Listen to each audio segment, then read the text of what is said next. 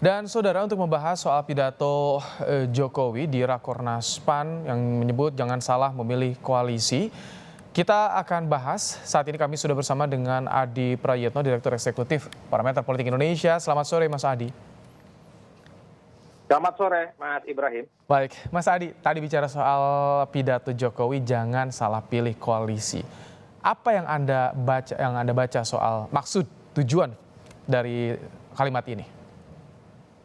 Ya, saya kira dua hal maknanya. Pertama, Jokowi ingin memastikan Partai Amanat Nasional yang saat ini menjadi pendukung utama Jokowi berkoalisi dengan partai politik yang jelas-jelas akan melanjutkan semua legasi, semua mercusuar politik yang sudah dilakukan oleh Jokowi. Itu pesannya jelas ya. Jadi jangan sampai PAN itu berkoalisi dengan orang, dengan partai yang jelas-jelas mengatakan Jokowi gagal, infrastruktur itu ugal-ugalan, IKN itu adalah proyek ugal-ugalan dan seterusnya. Itu pesan pertamanya, Mas Ibrahim. Yang kedua tentu saja, secara tidak langsung Jokowi ingin menegaskan bahwa 2024 itu janganlah berkoalisi dengan partai politik ataupun poros politik yang jelas-jelas mengusung politik identitas.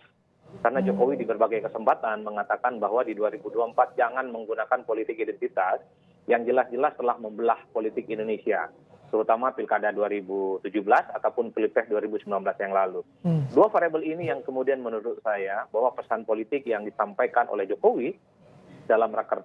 Tapi Mas Adi, apakah emang PAN ada arah untuk berkoalisi dengan tadi partai politik yang Anda singgung? Karena kan udah jelas PAN koalisinya di KIB. Saya kira tidak ada ya. Kalau melihat kecenderungannya secara umum, PAN itu iman politiknya tetap berada di KIB, berada di barisan politik yang samikna watokna, tegak lurus terkait dengan dukungannya terhadap Jokowi. Ini kan sebenarnya warning kepada PAN ataupun partai-partai politik yang lain, terutama pendukungnya Jokowi, karena di depannya Golkar misalnya, Jokowi juga sempat bilang jangan sampai pilih partai berkoalisi gitu, jangan sampai sembrono mengusung capres dan cawapres. Jokowi hanya mereminder partai-partai politik koalisional pemerintah saat ini adalah mereka yang bisa diajak kerjasama untuk 2024. Dan tentu saja bahwa di 2024 itu janganlah mengedepankan politik yang jelas-jelas memecah belah, yang jelas-jelas telah membuat huru-hara politik di Indonesia yang sampai saat ini lukanya itu tidak kunjung selesai, Mas. Ini semacam penguatan, pengukuhan komitmen supaya PAN yang saat ini berada di barisan Jokowi tidak neko-neko, tidak salah arah, dan yang paling penting capresnya adalah mereka yang memastikan melanjutkan semua proyek yang sudah dilakukan oleh Jokowi. Mas Adi, bicara soal jangan salah pilih, apakah ini menegaskan kepada sosok yang hadir di Rakornas PAN kali ini atau ke siapa yang menurut Anda? Ya, saya kira memang Pak Jokowi itu tidak bisa menyembunyikan perasaan hatinya. Saya yakin bahwa Pak Jokowi itu suka dengan Ganjar kalau maju yang Pilpres 2024 yang akan datang, Mas.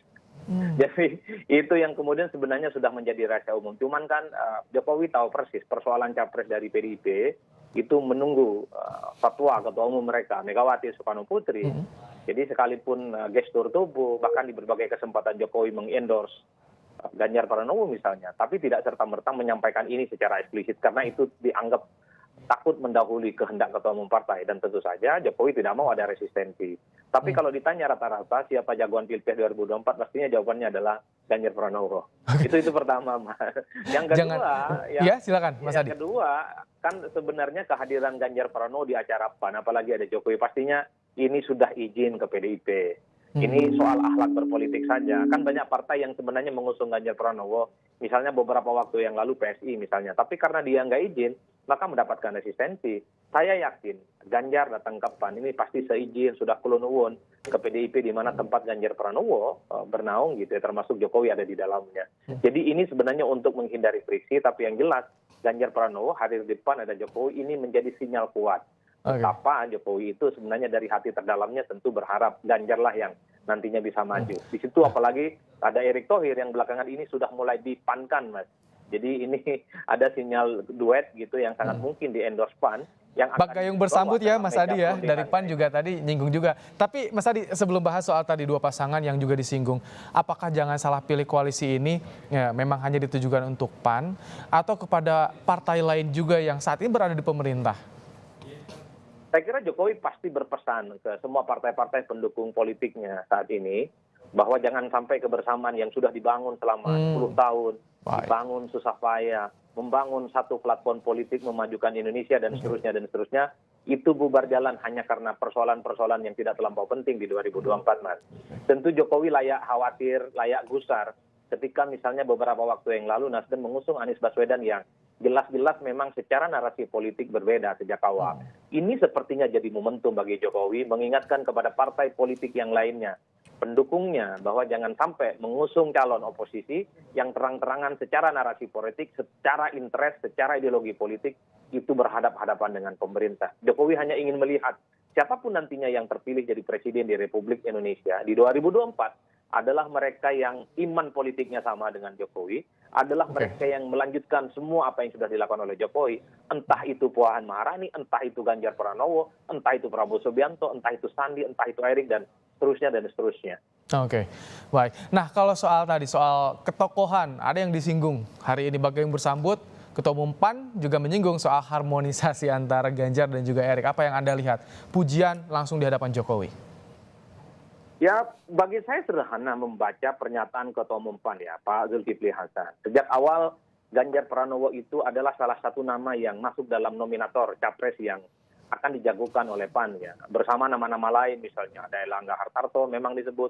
Tapi memang kalau melihat chemistry-nya PAN itu lebih condong kepada Ganjar Pranowo. Kenapa misalnya kemudian dipasang-pasangkan dengan Erick Thohir? Katanya terlihat ini adem, kelihatan akur dan seterusnya. Karena kita tahu Mas, Erick Thohir ini kan belakangan cukup lengket dengan PAN. Di berbagai kesempatan, di berbagai event, Erick Thohir selalu hadir dalam acara-acara PAN.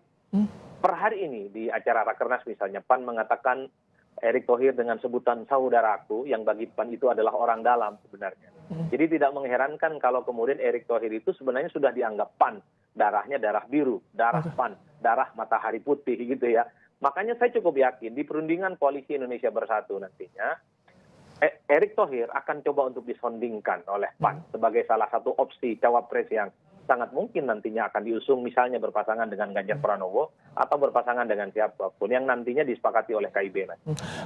Mas Adi, kalau Anda lihat apakah dua nama ini juga masuk dalam bursa di KIB atau hanya PAN saja kalau Anda lihat? Karena tampaknya belak-belakan nih Pak Zulhas. Saya kira setiap partai politik di KIB, entah itu Golkar, entah itu P3, dan entah itu PAN, pastinya akan membawa satu nama yang coba untuk disorongkan sebagai kandidat capres ataupun cawapres ya. Tapi kalau persoalan Ganjar Pranowo, saya kira semua partai politik ini bersepakat, Mas. Di berbagai kesempatan misalnya P3 tidak bisa menyembunyikan kesukaannya dengan P3.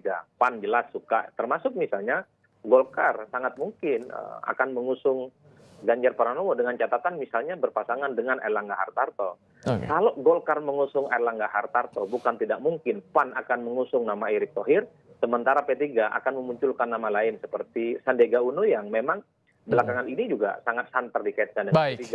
Jadi inilah yang saya kira masih cukup terbuka soal siapa yang akan maju di KIB. Tapi yang jelas ketika Erick Thohir sudah dipankan, P3 mungkin akan men-P3-kan Sandiaga Uno, maka sangat mungkin dua orang kami tangkap orang di KIB.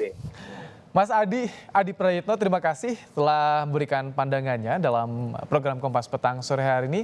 Sehat selalu Mas Adi. Selamat sore Mas Ibrahim. Baik.